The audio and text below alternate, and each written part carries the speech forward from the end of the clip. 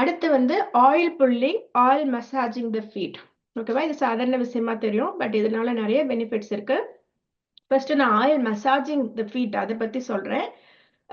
இது வந்து நீங்க நம்மளுடைய உடம்புல கையிலையும் கால்லையும் வந்து நம்மளுடைய எல்லா நரம்புகளும் வந்து முடியுது, அந்த முடியிற இடம். ஸோ அந்த ஃபீட்ல வந்து அந்த பாதத்துல வந்து நீங்க நைட்டு தூங்க போறதுக்கு முன்னாடி ஆயில், கோகோனட் ஆயில் வச்சு நல்லா மசாஜ் பண்ணி, வேதாந்திரி மகரிஷி ஐயா அவருடைய இதுல வந்து குண்டலினி யோகால அது ஒன் ஆஃப் த பிராக்டிசஸாவே அவர் வச்சிருப்பாரு. அதாவது பாதத்தை வந்து ஃபுல்லா மசாஜ் பண்ணி விடுறது. ஏன்னா அது வந்து உங்களுடைய நரம்புகளை ஸ்டிமுலேட் பண்ணி, பிளட் ஃப்ளோவை ஸ்டிமுலேட் பண்ணி, கழிவுகளை நீக்கிறதுக்கு வந்து நாளடைவுல ஹெல்ப்ஃபுல்லா இருக்கும். அதனாலதான் வந்து அது ஒன் ஆஃப் த பிராக்டிசஸா வச்சிருக்காங்க. என்னோட சஜஷன் என்னன்னா, நீங்க தூங்க போறதுக்கு முன்னாடி கோகோனட் ஆயில உங்களோட பாதத்துல வச்சு நல்லா எல்லா இடத்தையும் மசாஜ் பண்ணி உங்களோட நர்வ்ஸை ஸ்டிமுலேட் பண்ணிட்டு தூங்குறப்ப உங்களுக்கு தூக்கமும் நல்லா கிடைக்கும். உங்களோட நர்வ்ஸும் நல்லபடியா ஸ்டிமுலேட் ஆகி உங்களுடைய பிளட் ஃப்ளோ இன்க்ரீஸ் ஆகி ஓவரால் ஹெல்த் இன்க்ரீஸ் ஆகிறதுக்கு ஹெல்ப்ஃபுல்லா இருக்கும். ஸோ இது வந்து அதனால ஒன் ஆஃப் த கோல்ஸா வச்சிருக்கோம். பட் இது மட்டும் கிடையாது, இதை விட பெரிய விஷயம் வந்து ஆயில் புல்லிங். அதை பத்தி நான் அடுத்த ஸ்லைட்ல சொல்றேன்.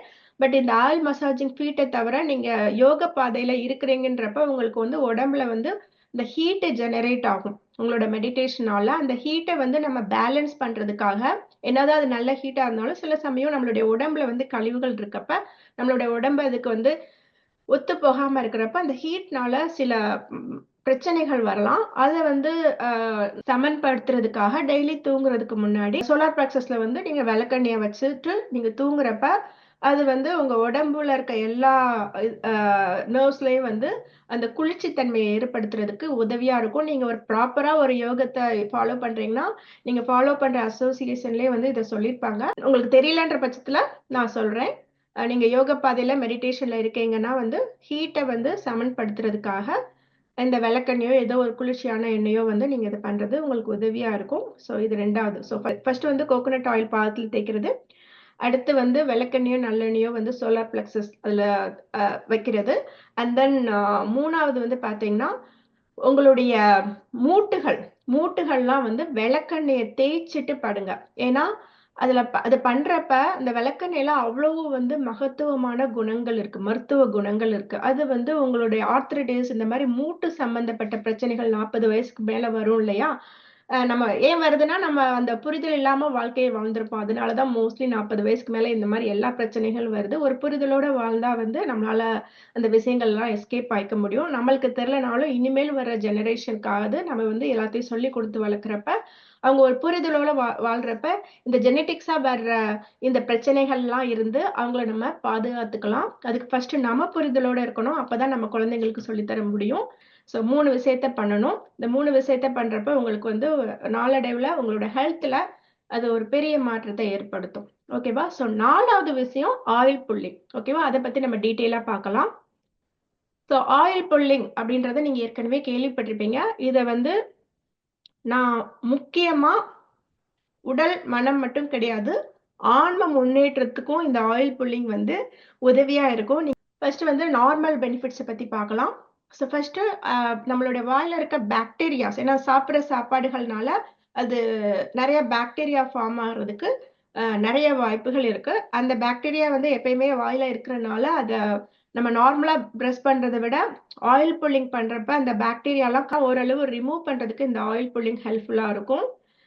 அதனால ஓரல் ஹெல்த் ஓரளவு வந்து இந்த கம் ரிலேட்டட் அந்த ப்ராப்ளம், அண்ட் தென் பல் ரிலேட்டட் எல்லா ப்ராப்ளமும் வந்து ஓரல் ஹெல்த், கம்ப்ளீட் ஓரல் ஹெல்த்துக்கு வந்து ஆயில் புல்லிங் வந்து ஹெல்ப்ஃபுல்லா இருக்கும். இதை நீங்க கேள்விப்பட்டிருப்பீங்க.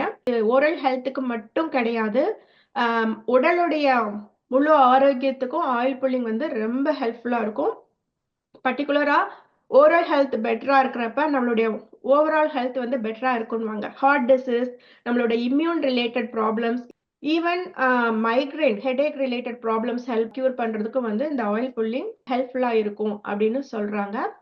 அண்ட் தென் ஓவரால் ஹெல்த் நல்லா இருக்கிறப்ப ஸ்லீப்பை இம்ப்ரூவ் பண்றதுக்கும் இந்த ஆயில் புல்லிங் வந்து ஹெல்ப்ஃபுல்லா இருக்கும் அப்படின்றாங்க. And then detoxify the body, இது one of the detoxification techniques. நம்ம உடம்புல இருக்க டாக்ஸினை ரிமூவ் பண்றதுக்கு வந்து இந்த ஆயில் புல்லிங் ஹெல்ப்ஃபுல்லா இருக்கும் அப்படின்றாங்க. ஸோ இதெல்லாம் வந்து நம்மளுக்கு ஓரளவு தெரிஞ்ச விஷயங்கள். இதுல ஒரு சில விஷயங்கள் ரிசர்ச்லயும் ப்ரூவ் பண்ணியிருக்காங்க. ஒருவேளை உங்களுக்கு ஆயில் புல்லிங்னா எப்படி பண்றது தெரியல அப்படின்னா, அத பத்தியும் சொல்லிடுறேன். கோகனட் ஆயிலோ, இல்ல நல்லெண்ணெயோ, ஆலிவ் ஆயிலோ உங்களுக்கு எந்த எண்ணெய் வந்து உங்களால அ யூஸ் பண்ண முடியுதோ, அந்த எண்ணெய் யூஸ் பண்ணிக்கலாம். பட் சுத்தமான எண்ணெயா இருக்கான்னு பாருங்க. ஏன்னா, அத நம்ம யூஸ் பண்றதே வந்து உடம்புல இருக்க கழிவுகள நீக்குறதுக்கு தான் யூஸ் பண்றோம். நம்ம பண்ற அந்த யூஸ் பண்ற ஆயிலே கழிவுகளோட இருக்கக்கூடாது. சுத்தமான ஆயிலா இருக்கான்றத பார்த்துட்டு யூஸ் பண்ணுங்க. அத வந்து வாயில போட்டுட்டு ஒரு ஸ்பூன் ஆயில வந்து வாயில வச்சுட்டு ஒரு 10ல இருந்து 15 நிமிஷம் வந்து நீங்க காகுள் பண்ணணும். சும்மா வச்சிருக்க கூடாது. அத காகுள் பண்ணணும். வாயில இருக்க மொத்த ஏரியாவும் வந்து அது கவர் ஆகுற மாரி காகுள் பண்ணணும். ஆனா ரொம்ப கேர்ஃபுல்லா இருங்க. அந்த ஆயில் வந்து உள்ள முழுங்கிராம. அதனால தான் அது குழந்தைகளுக்கு நான் சஜெஸ்ட் பண்ண மாட்டேன். குழந்தைங்களுக்கு ஒரு அளவு மெச்சூரிட்டி வர்ற வரைக்கும் பண்றத அவாய்ட் பண்ணிக்கணும். ஏன்னா, சப்போஸ் முழுங்கிட்டாங்கன்னா, அதனால பிரச்சனைகள் வரும். ஸோ ரொம்ப கேர்ஃபுல்லா முழுங்காம ஆயில் புல்லிங் அத காகுள் பண்ணிட்டு, நீங்க வந்து வெளிய துப்பிடலாம். ஸோ நீங்க வந்து டிராபிக்கல் ஏரியால இந்தியால மாரி இருக்கிறீங்க அப்படின்னா, அது வந்து நீங்க சும்மா வெளியவே துப்பிடலாம். பட் நீங்க குளிர் பிரதேசத்துல இருக்கிறீங்கன்னா, நீங்க வந்து அந்த சிங்க்ல துப்பாம குப்பையில துப்புறது நல்லது.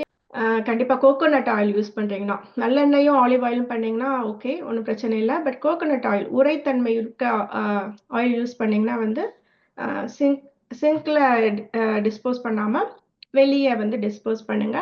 ஸோ ஜஸ்ட் ஒரு காஷன்க்காக சொல்றேன்.